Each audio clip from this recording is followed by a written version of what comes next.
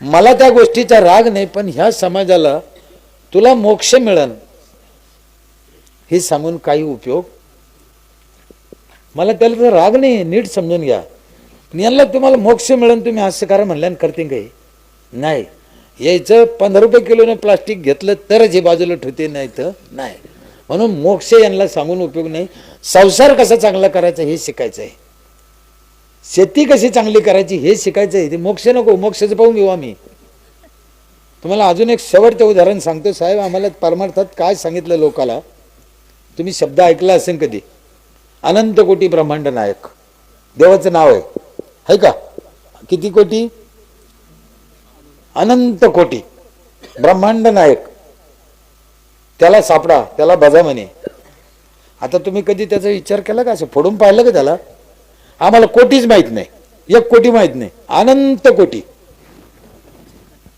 काय ब्रह्मांड? ब्रह्मांड कशाला म्हणते माहितीये का?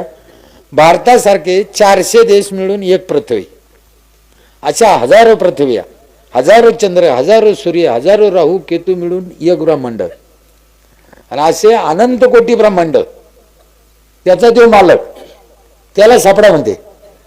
इथे ग्रामसेवक सापडत नाही, इथे सेक्रेटरी सापडत नाही, इथे तलाठी सापडत नाही. हो कधी सापडायचा? अनंत कोटी ब्रह्मांड नायक सापडायचे सूत्र काय आहे? आपल्या आईबापापाशी, आपल्या बायका पोरापाशी, आपल्या शेतात आहे, आपल्या ग्रामपंचायतमध्ये आहे, आपल्या गावात आहे. जळी स्थळी काष्टी पाशाणी सांगितला ना. मग जळी स्थळी काष्टी पाशाणी सांगितलं तर आमच्या शेतात नाही का?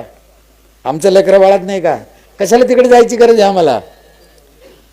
तुळजापूरला जाऊन साडी वाहती आणि पोरीच्या ड्रेससाठी हेडमास्टरनीला भांडणं करते. अशी बुटाला आणली पाहिजे ना. ही आपली तुळजाभवानी इथं आहे ना, हिला घ्या ना. हे जोपर्यंत आम्हाला कळणार नाही. 15 किलोमीटर गाव होतं सावता माळ्याचं फक्त पंढरपूर पासून. एकदा बी गेले नाही महाराज पंढरपूरला. संत पंढरपूरला गेले नाही. 15 किलोमीटर गाव. त्यांना विचारलं तुम्ही पंढरपूरला जात नाही, मग देव कसं भेटल? ते म्हणे मग काय काम आहे त्याची? असली गरज ती येईन, नाही तर नाही. म्हणे तो यायचं नाही, तू जायचं नाही, मग भेट मला काही घेणं नाही म्हणे त्याच्याशी. म्हणजे मग तो देव. महाराजांनी तिथे सांगितलं एका ओळीत, कांदा मुळा भाजी अवघी विठाबाई माझी, माझा देव इथंच आहे. मग सावता महाराजाचा देव जर कांदा मुळा भाजीत आहे, तर सरपंचाचा देव कशात आहे? हा, ग्रामसेवकाचा देव कशात आहे? मास्तरचा देव कशात आहे? शेतकऱ्याचा देव कशात आहे? म्हणून नाराज नाही होता. जे काम आपल्या नशिबाला आलं ते काम मनापासून करा. दुसरा काय करतो तिकडे पाहू नका. आपण आपल्या कामावर नाराज होतो आणि आपल्या संसाराचा नाश करून होतो. आमच्या आईबापाने सांगितलं, थेंबे थेंबे तळे. मी उलट पाहतो. जर थेंबे थेंबे तळे साचे हे खरं आहे, तर थेंबे थेंबे तळे आटे हे बी खरं आहे.